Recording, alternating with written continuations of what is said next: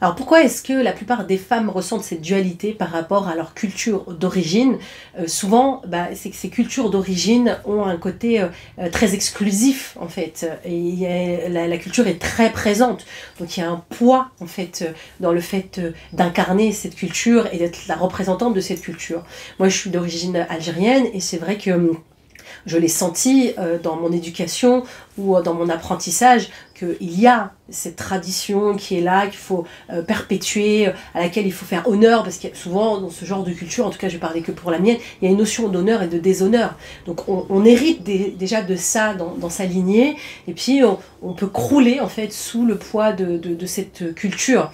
Donc du coup, pour s'en défaire, c'est en prendre déjà conscience, parce que souvent c'est quelque chose qui est très ancré depuis notre naissance, puisque depuis notre naissance, on va mettre ça en place et ça va devenir vraiment quelque chose de très familier, et on va s'emprisonner de plus en plus en croyant effectivement que cette culture nous emprisonne.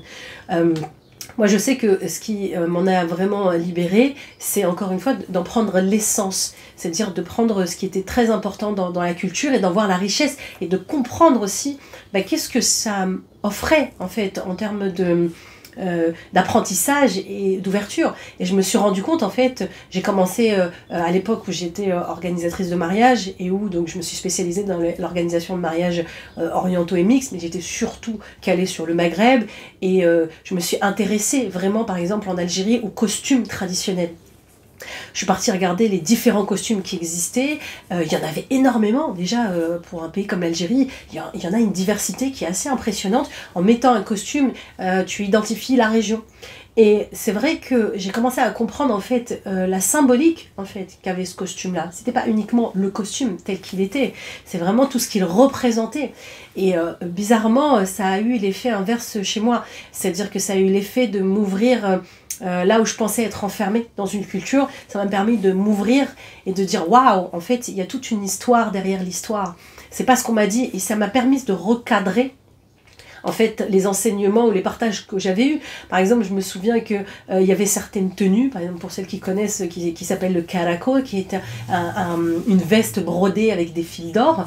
Et je me souviens qu'à l'époque où j'avais commencé à m'intéresser à l'organisation de mariage, j'étais partie faire des recherches dans les livres d'histoire, et je me souviens que nos grands-mères, les arrière-grands-mères, elles avaient vraiment des caftans, parce que c'était des caftans comme ça, qui épousaient la silhouette, qui la mettaient vraiment en valeur, en lumière. Il y avait un port, on avait l'impression vraiment qu'il y avait une noblesse dans ce costume. Et bizarrement, à l'époque où moi je me lançais dans l'organisation de mariage, on avait perdu ça, et aujourd'hui c'est revenu, mais à l'époque c'était comment dirais-je, des vêtements qui étaient presque carrés. Moi j'appelais ça des vêtements de footballeurs américains, parce qu'il y avait des grandes épaulettes et c'était très carré, parce que le savoir-faire s'était perdu, et aussi il y avait il y avait un désir à un moment donné de faire disparaître les formes des femmes à travers ces vêtements-là. Donc du coup, j'étais très frustrée, là pour le coup, de me dire ok, c'est pas le message initial qu'il y avait dans cette culture. Et on l'a bien déformé au fil du temps, de par ce qu'on a plaqué dessus, de par ce qu'on a voulu en fait... j'ai envie de dire faire disparaître avec le temps, et c'est bien dommage. Et du coup moi j'ai pris ces croquis là, parce que j'avais des photos des tableaux, et je suis partie voir une couturière, je lui ai dit c'est ça que je veux. Et à l'époque il n'y en avait pas beaucoup, et elle m'a fait vraiment un modèle à l'ancienne que j'ai encore aujourd'hui. Et je me souviens de la valeur en tout cas que j'avais donnée à ce costume là par rapport à ce qu'il représentait en termes d'ancrage au niveau des femmes de ma lignée. Et c'était vraiment un honneur que de célébrer encore une fois les ancêtres. Parce que moi, c'est comme ça que je vois la culture. La culture, je la célèbre de par ce qu'elle me transmet. Elle est là pour vraiment nous léguer quelque chose d'important. Pas pour nous enfermer dedans. Et c'est ça le piège, justement, dans lequel on s'est... parfois perdu dans la transmission, parce que c'est de la transmission orale, et vient se mêler à ça les croyances de chacun, les histoires de chacun, la politique, les guerres, il y a plein de choses qui vont se mêler à ça et qui va déformer le message initial.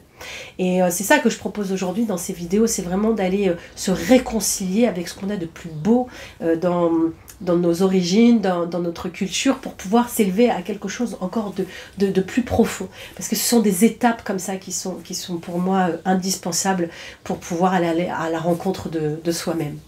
Voilà, donc si tu as aimé cette vidéo, n'hésite pas donc à la liker, la partager et puis à t'abonner à la chaîne pour d'autres contenus identiques. À bientôt.